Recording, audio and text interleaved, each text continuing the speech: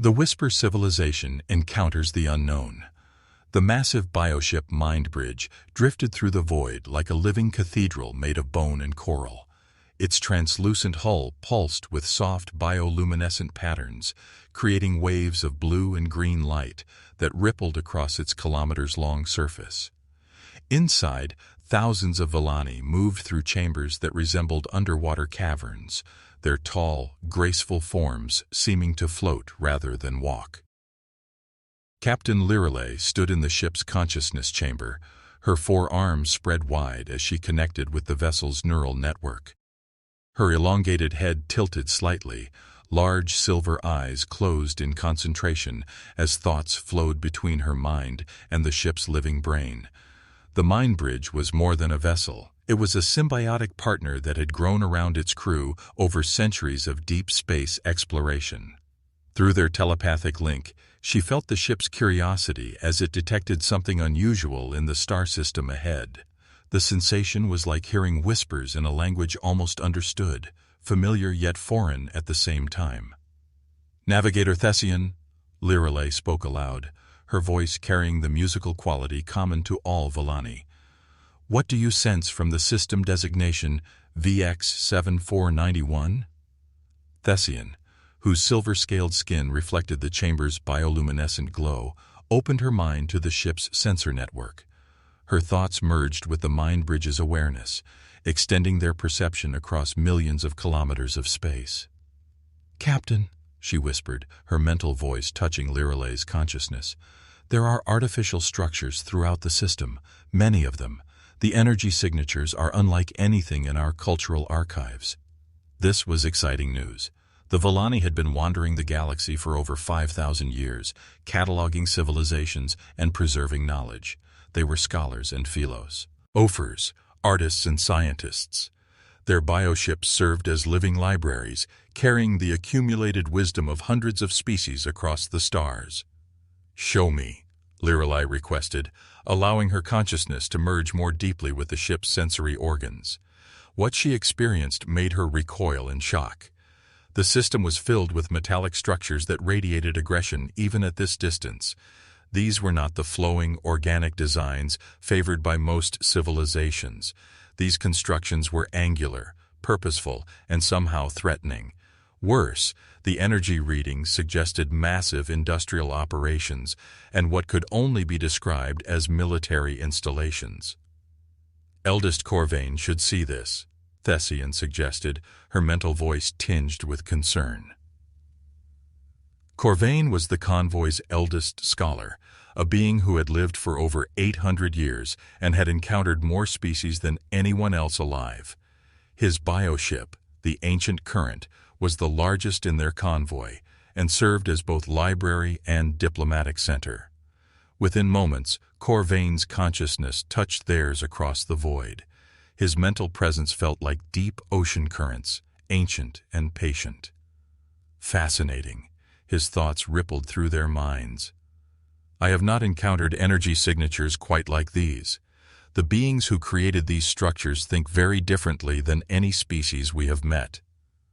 "Should we approach?" Lirelei asked, though part of her already knew the answer. The Villani had never encountered a civilization they could not understand or befriend. Their peaceful nature and vast knowledge made them welcome wherever they went. "Of course," Corvain replied. "Perhaps they are simply more technologically focused than most species. We have much to learn from each other." The convoy of 12 bioships began their approach, moving in the graceful spiral formation that had been their tradition for millennia. Each ship was unique, grown over centuries to reflect the personality and specialty of its crew. Some were artists' vessels, their hulls covered in living sculptures that told stories in 3 dimensions. Others belonged to scientists, their surfaces bristling with sensory organs and research equipment. As they moved deeper into the system, more details became clear. The third planet from the star showed signs of massive habitation. Cities covered entire continents, and orbital structures ringed the world like mechanical jewelry. Ships moved between planets with purpose and efficiency that spoke of a highly organized society. "Captain!" Thessian's mental voice carried a note of alarm. I am detecting incoming vessels, multiple ships approaching at high speed. On the mine bridge's organic display screens, dark shapes became visible against the starfield. These were not the flowing, artistic designs the Volani expected from advanced civilizations. These ships were wedge-shaped predators of metal and composite materials, their hulls scarred and practical. They moved with deadly precision, accelerating far faster than bioships could match. "They are scanning us," reported Mindweaver Kess from her station. "Very aggressive scans. They are probing our hull structure, energy systems, crew complement." "Respond with the traditional greeting pattern," Lirelei instructed. The mine bridge's bioluminescent hull began pulsing in mathematical sequences that any intelligent species should recognize as peaceful communication. The response was immediate and shocking. The approaching ships did not slow or respond to the greeting. Instead, they spread into attack formation and began charging weapons that registered as capable of destroying entire ships. "Unknown biological vessels," a harsh voice crackled over their communication systems, using radio waves instead of the thought speech the Volani expected from any civilized species. "This is Commander Jackson of the United Earth Navy destroyer Hammer of Soul. You have entered restricted human territory. Identify yourselves immediately or face destruction." The bridge of the mine bridge fell silent. In 5,000 years of exploration, no species had ever threatened them with immediate destruction upon first contact. The very concept was so alien that most of the crew could not process what they had heard. "Human," whispered Navigator Thessian, "that designation is not in our archives." Captain Lirelei forced herself to remain calm. Perhaps this was a misunderstanding. Perhaps these humans had misinterpreted the Volani approach as hostile. "Greetings, Commander Jackson," she broadcast on the same radio frequency. "I am Captain Lirelei of the Volani exploration vessel Minebridge. We are peaceful scholars seeking knowledge and cultural exchange. We mean no harm to you or your people." "Peaceful scholars don't travel in military convoy formations," came the cold reply. "Your vessels are heavily shielded and equipped with unknown technology. State your true purpose or be fired upon." "Military convoy?" The Volani looked at each other in confusion. Their spiral formation was ancient tradition, a symbol of harmony and growth. How could anyone interpret it as military? "Commander," Lirelei tried again, "our formation is ceremonial, not military. We have no weapons. Our ships are grown, not built, and they serve as homes for our families and repositories for galactic knowledge." There was a pause before the human responded. "Captain Lirelei, you claim to be unarmed, but our sensors detect energy systems capable of significant destructive potential. Any sufficiently advanced technology can be weaponized. We use our energy systems for life support and propulsion," Lirelei explained, growing more concerned by the moment. "We have no desire for conflict. We are explorers and teachers." "That remains to be determined," Commander Jackson replied. "You will surrender to escort and submit to inspection at Military Station Omega-7. Any deviation from course or attempt to flee will be considered a hostile act." Before Lirelei could respond, the space around the Volani convoy suddenly filled with additional ships. They seemed to materialize from nothing, as if they had been hiding behind some form of advanced stealth technology. Within minutes, dozens of human warships surrounded the peaceful bioships. These newcomers were even more intimidating than the first contact vessels. The largest ship in the human fleet was a massive wedge of dark metal and composite armor that dwarfed even the ancient current. Weapon ports covered its hull like the eyes of some mechanical spider, and energy readings suggested it could destroy small moons. "Unknown convoy," a new voice transmitted, this one carrying the weight of absolute authority. "This is Admiral Sarah Rodriguez aboard the battleship Prometheus. You are now under military escort. Follow the designated course precisely, or face immediate destruction." Eldest Corvain's thoughts reached across the convoy, touching every Volani mind with ancient wisdom and growing concern. "My children," his mental voice carried the weight of centuries, We have encountered something unprecedented. These humans think in ways that are completely foreign to us. What should we do? Asked Captain Lirelay, her usual confidence shaken by this hostile reception. We learn, Corvain replied. We observe. And we try to understand how beings capable of such technological achievement can remain so suspicious and aggressive. As the human fleet escorted them to the military station, the Vallani began monitoring human communications. What they learned was deeply disturbing. These humans spoke constantly of territories, conquest, defense, and something called war. They had divided the galaxy into zones of control and viewed any unknown presence as a potential threat. Captain, Mindweaver Kess reported, her mental voice trembling with shock. Their communications reference multiple conquered civilizations. They speak of subjugated worlds and defeated enemies as if such things were normal. Conquered? Lirelay could barely form the thought. You mean they take worlds by force? It appears so. They have claimed dozens of star systems and established what they call military governorships over species that resist their expansion. The convoy continued toward the human military station in stunned silence. The Vallani had encountered aggressive species before, but always primitive ones who had not yet learned the benefits of cooperation and knowledge sharing. These humans possessed technology that rivaled or exceeded Vallani bioscience, yet they had apparently learned nothing about peaceful coexistence. Military Station Omega-7 was a nightmare of metal and weapons that hung in space like a mechanical planet. Its surface bristled with gun emplacements, missile launchers, and energy weapons powerful enough to sterilize worlds. Docking bays large enough to hold entire fleets opened like hungry mouths as the escort directed the Vallani ships to their assigned berths. My friends, eldest Corvain's thoughts reached every member of the convoy as they prepared to dock. We are about to learn what happens when intelligence evolves without wisdom, when technological advancement proceeds without spiritual growth. Stay calm, observe everything, and remember that even the most warlike species can be taught the value of peace. As the mine bridge settled into its assigned bay, Captain Lirelay watched through the bioship's sensory organs as human soldiers in powered armor took positions around the docking area. Their weapons hummed with barely contained energy, and their body language spoke of beings always ready for violence.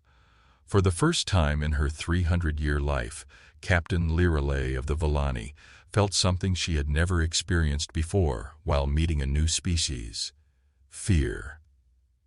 When silence meets the storm, the interior of Military Station Omega-7 was a maze of metal corridors and harsh artificial lighting that hurt Vallani eyes. Captain Lirelay walked between human guards, her graceful form seeming even more alien in the angular military environment. The humans had insisted on personal meetings rather than the mind-to-mind communication the Vallani preferred, claiming that telepathic contact posed security risks. Admiral Sarah Rodriguez was a compact woman with steel-gray hair and eyes that seemed to catalog everything they saw.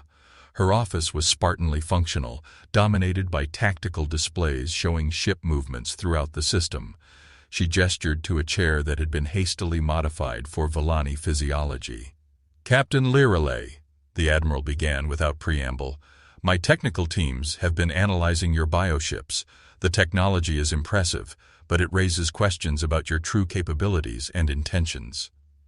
We are scholars and archivists, Lirelay replied, struggling with verbal communication when thoughts would be so much clearer. Our ships are libraries and homes, not weapons of war. Yet your homes incorporate defensive systems more advanced than anything in our databases, Rodriguez countered. Your energy shielding could deflect weapons fire, your biohulls could regenerate from damage, and your propulsion systems could outrun our fastest vessels. Lirelay FTF felt a flutter of confusion.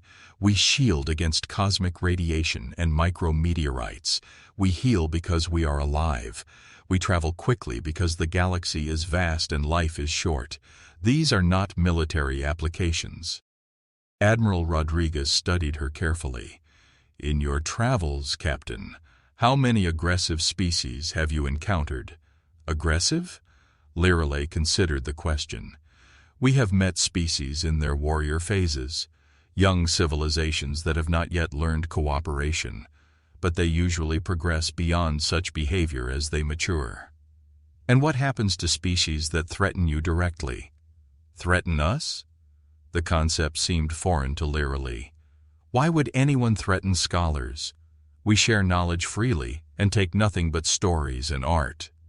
For the first time, Admiral Rodriguez's expression softened slightly. Captain, in the past 50 years, humanity has encountered 17 species that viewed us as either resources to be exploited or territories to be conquered. We have been forced to fight for our survival and freedom repeatedly. I find that difficult to believe, Lireley said quietly. Most species prefer cooperation to conflict. Most species you encounter are already advanced enough to have moved beyond territorial aggression, Rodriguez explained. They contact you after they have solved their internal conflicts and established stable civilizations. Humanity is still in our expansion phase. We claim new worlds because our population is growing and we need resources. This brings us into conflict with other expanding species. The Admiral activated a holographic display showing the local galactic sector. Red zones marked human territory, while other colors indicated various alien holdings. Much of the map was disputed territory marked in yellow. The Cathara Empire controls the region to our north, Rodriguez continued. They are slavers and conquerors who view other species as livestock. The Hegemony Alliance to our east consists of 3 species that practice something they call genetic harvesting. They capture members of other species to incorporate their DNA into their own genome pools. Lireley stared at the display in horror. These civilizations persist in such behavior? They thrive on it, Rodriguez confirmed. They have never developed beyond their predatory phases because aggression and exploitation have been successful strategies for them. Humanity stands as a barrier preventing their expansion into this region of space. But surely negotiation, cultural exchange, shared knowledge could change their approach? Admiral Rodriguez's laugh was bitter. Captain, 3 months ago the Cathara sent a diplomatic vessel to negotiate mining rights in the Proxima system. When our ambassadors boarded their ship for talks, they discovered the entire crew compartment was filled with humans in stasis chambers, prepared for transport to Cathara slave markets. The revelation hit Lireley like a physical blow. In all her centuries of exploration, she had never encountered such fundamental evil among spacefaring civilizations. We destroyed the slave ship and its escorts, Rodriguez continued. The Cathara responded by attacking 3 of our colony worlds simultaneously. Over 50,000 civilians died in the first wave alone. I had no idea, Lireley whispered. Our archives contain no records of such species. Because they probably never bothered to communicate with your bioships, the Admiral explained. What could they gain from knowledge sharing with scholars? They take what they need through force. Suddenly, alarm klaxons began blaring throughout the station. Admiral Rodriguez was on her feet instantly, her hand moving to a communication device on her collar. Rodriguez here. Report. Admiral, came the urgent voice of the station commander. We have multiple Cathara battle groups dropping out of hyperspace at the system's edge. Fleet intelligence estimates at least 60 heavy warships, supported by carrier groups and troop transports. Rodriguez turned to Lireley. Captain, it appears you're about to see human warfare firsthand. I suggest you order your convoy to withdraw beyond the system's edge immediately.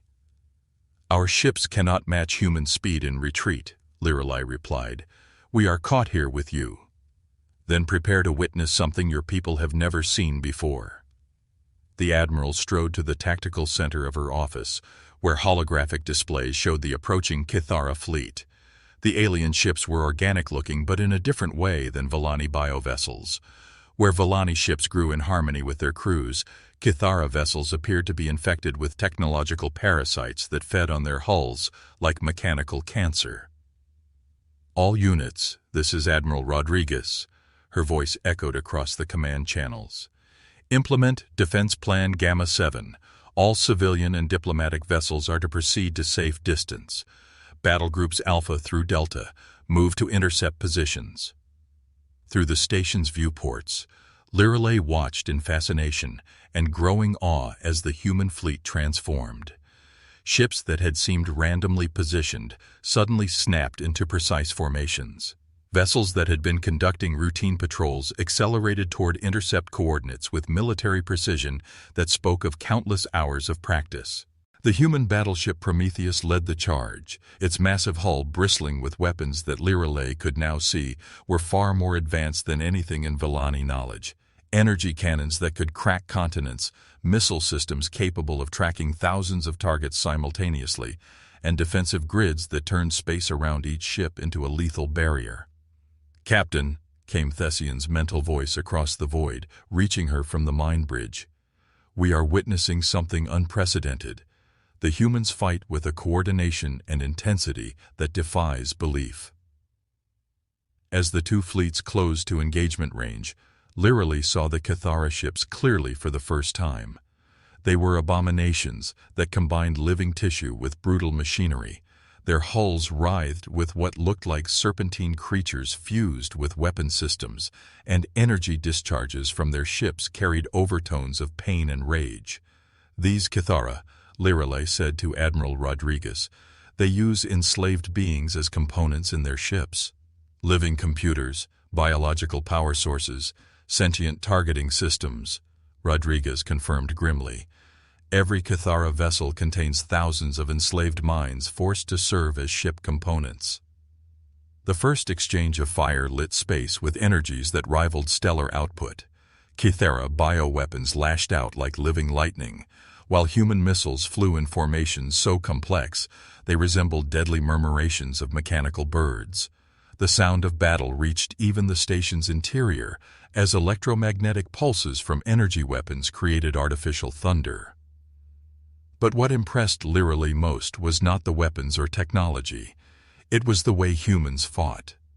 Each ship operated as part of a larger organism, covering each other's flanks, coordinating attacks, sacrificing tactical advantage to protect damaged vessels. When the human cruiser, Defiant, lost its main genes to Cathara bio-lightning, 3 destroyers immediately moved to shield it while a repair ship closed the distance under fire. "They fight to protect each other," Lirelei whispered in wonder. "We fight to protect everyone who cannot protect themselves," Rodriguez corrected. Her attention split between the tactical displays and the communication channels. "Every battle we win prevents the Cathara from reaching species like yours. Every enemy ship we destroy saves thousands of potential slaves." The battle raged for hours, with neither side gaining clear advantage. The Cathara had numbers and the brutal efficiency of enslaved minds coordinating their attacks. But humanity had something else, the desperate determination of beings fighting for their freedom and the freedom of others. As the tide began to turn in humanity's favor, Lirelei watched a Cathara cruiser break away from the main battle and accelerate toward the station. Its bioweapons were already charging, preparing to destroy the military installation and everyone aboard it. "Incoming kamikaze vessel," reported the tactical officer. "Impact in 90 seconds. Admiral Rodriguez never hesitated. "All batteries, focus fire on the incoming Cathara ship. Evacuate all non-essential personnel to emergency shelters." But even as every weapon on the station opened fire, Lirelei could see the Cathara ship would reach them. Its living hull was absorbing damage that should have destroyed it, regenerating even as human weapons tore it apart. Then something unprecedented happened. The Villani bioship Ancient Current moved between the station and the attacking Cathara vessel.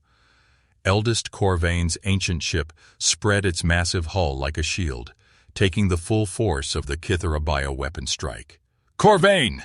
Lirelei's mental scream echoed across the convoy as the bioship's hull began to burn with alien fire.